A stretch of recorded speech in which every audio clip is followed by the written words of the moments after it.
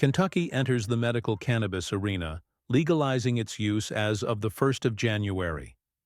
This marks a significant shift with implications for patients and policymakers alike. The program offers relief for those with conditions like chronic pain and PTSD, but comes with logistical hurdles and strict regulations. Meanwhile, Tennessee, where cannabis remains illegal, faces new pressures as the neighboring state's rollout unfolds.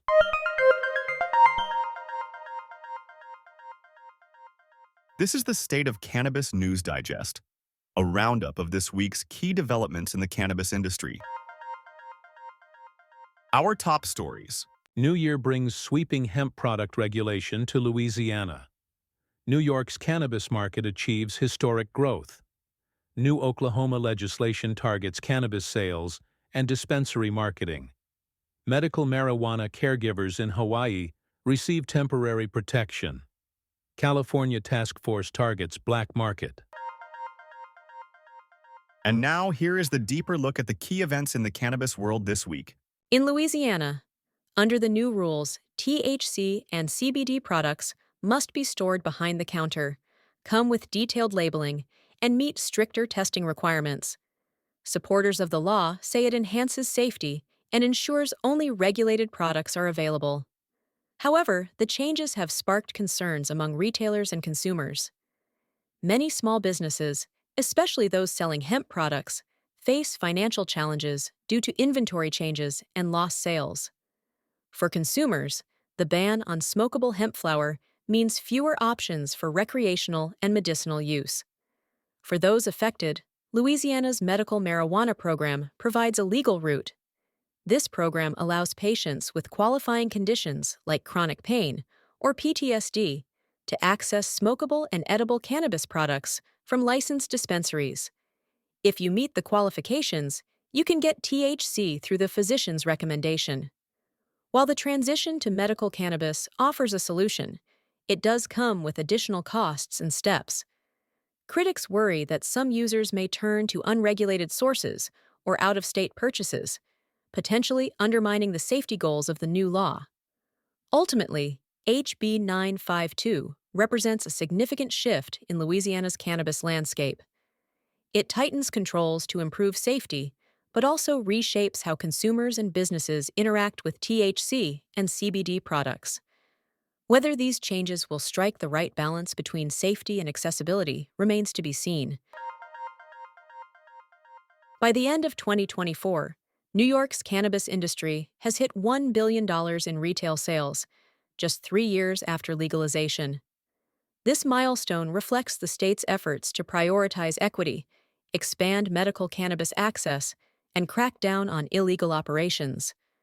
Over half of all licenses were awarded to women and minority-owned businesses, ensuring opportunities for underrepresented groups. The Office of Cannabis Management streamlined licensing, launched public education efforts, and supported medical cannabis patients, while enforcement measures shut down over 450 illegal stores. With 275 dispensaries now open and robust tax revenues reinvesting in communities, officials predict sales could double in 2025. New York's approach sets a model for equity and growth in the cannabis industry nationwide.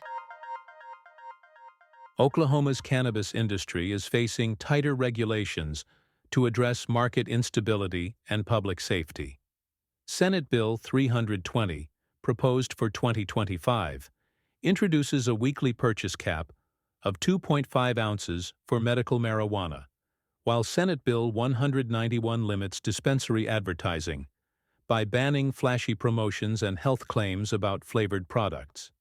These bills are part of ongoing efforts to manage an industry that grew rapidly after medical marijuana was legalized in 2018, but now faces serious challenges.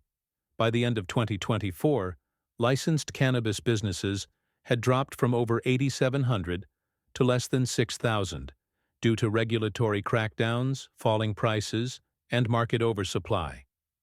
A moratorium on new licenses, in effect since 2022, and extended through 2026, has further restricted growth.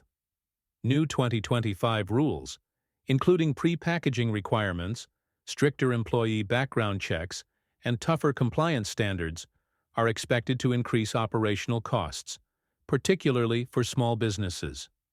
Dispensary owners and growers have voiced concerns that constant regulatory changes unfairly burden small operators while failing to address issues like illegal operations and foreign ownership.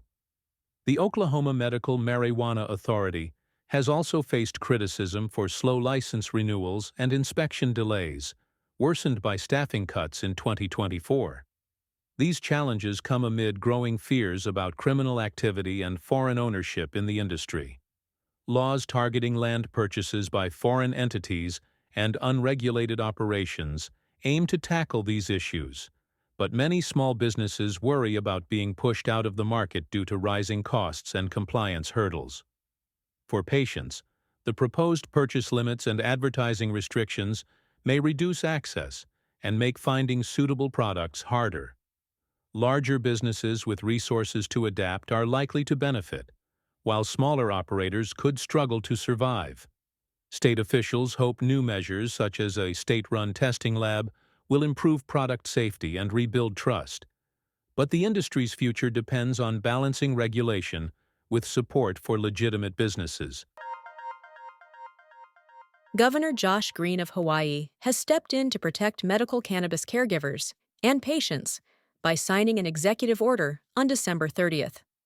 This move comes after lawmakers failed to extend caregiving provisions set to expire at the end of the year, which could have left many patients without access to cannabis. The order directs the Department of Health not to penalize caregivers who grow cannabis for a single qualifying patient, as long as they follow current laws. This temporary measure aims to support patients with serious conditions like cancer, chronic pain, and nerve damage, while the legislature revisits the issue in the upcoming session. Despite the order, caregivers remain cautious about resuming cultivation due to fear of legal risks. This has disrupted patient care, with some losing access to their preferred medical cannabis supply. The uncertainty has also raised concerns about patients turning to unsafe, unregulated sources or facing higher costs at dispensaries. Governor Green's decision highlights the urgent need for Hawaii to improve its medical cannabis program. However, with limited enforcement resources and unresolved legislative issues, both patients and the industry remain in a difficult position. Lawmakers will need to act quickly to provide long-term solutions. California authorities, led by the Unified Cannabis Enforcement Task Force, seized nearly $23 million in illegal cannabis during a major operation in East Oakland. The bust uncovered over 21,000 plants and 3,000 pounds of cannabis flower, part of ongoing efforts to protect the legal cannabis market and the environment. In an unrelated case, 5 men were arrested in Calaveras County for robbing an illegal grow house, revealing the broader criminal activity linked to the black market. Since its creation in 2022, the task force has conducted over 350 operations across the state, seizing more than 162 tons of illegal cannabis worth $536 million. These actions highlight the massive scale of California's illicit cannabis trade, which undermines the legal recreational and medical market by undercutting prices, evading taxes, and threatening consumer safety and the environment. Illegal operations also create unfair competition for legal businesses and strain public resources. Experts warn that California's high cannabis taxes and regulatory costs may unintentionally sustain the black market, prompting calls for reform to make the legal cannabis industry more accessible while maintaining enforcement against illegal activities. As of the end of 2024, unregulated and untested black market cannabis accounted for more than half of all cannabis sold in California. Our featured story is on the major policy shift in Kentucky and its implications for neighboring Tennessee. On January 1, 2025, Kentucky officially legalized medical cannabis, a long-awaited step for patients with qualifying medical conditions. However, the rollout comes with challenges for Kentuckians, as well as implications for Tennesseans living just across the border. Under Kentucky's new law, residents with conditions like chronic pain, epilepsy, and post-traumatic stress disorder can now apply for medical cannabis ID cards and access regulated products, including edibles, tinctures, raw plant material, and vaping products for those over 21. But the state has made it clear that the program is only for Kentucky residents. Tennesseans hoping to cross state lines to participate in Kentucky's program won't be able to. Proof of Kentucky residency is required. Kentucky Governor Andy Beshear emphasized during a December update that the program is designed to be highly regulated, ensuring that only those who qualify can participate while preventing abuse of the system. He highlighted the growing interest among Kentuckians, supported by a state-run directory to connect patients with licensed medical practitioners. However, the law also prohibits home cultivation of cannabis and disqualifies those with certain felony convictions from participating. For patients in Kentucky, the legalization represents a long-overdue opportunity to seek relief. Chronic pain is one of the most commonly treated conditions under the program, affecting thousands of residents who often rely on powerful pharmaceuticals with significant side effects. Medical cannabis offers an alternative that could potentially reduce dependence on these medications.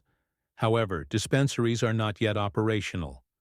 Cultivators, processors, and dispensaries are still in the setup phase, meaning products likely won't be available until mid-2025 or later. Kentucky residents with valid medical cannabis cards will have the ability to travel to other states where medical cannabis is legal and purchase products from dispensaries there. Thanks to Governor Andy Beshear's 2022 executive order, these cardholders are protected from local prosecution when bringing cannabis back into Kentucky for personal medical use. This executive order functions as a preemptive pardon, ensuring that qualified patients suffering from eligible medical conditions, such as chronic pain, epilepsy, or PTSD, can obtain the relief they need until Kentucky dispensaries are fully operational. However, patients must still adhere to Kentucky's strict medical cannabis laws, which prohibit public consumption and the smoking of cannabis products, even those legally brought in from other states. As of early 2025, Illinois is the only bordering state that currently allows out-of-state residents to purchase cannabis. The Kentucky Medical Cannabis Program also introduces a challenging legal landscape. At the federal level, marijuana remains a Schedule I controlled substance, and Kentucky residents who use medical cannabis are prohibited from owning or purchasing firearms. Patients who choose to participate in the program must navigate this conflict, which has already raised concerns about enforcement and constitutional rights. Meanwhile, for Tennesseans, Kentucky's legalization creates an interesting situation.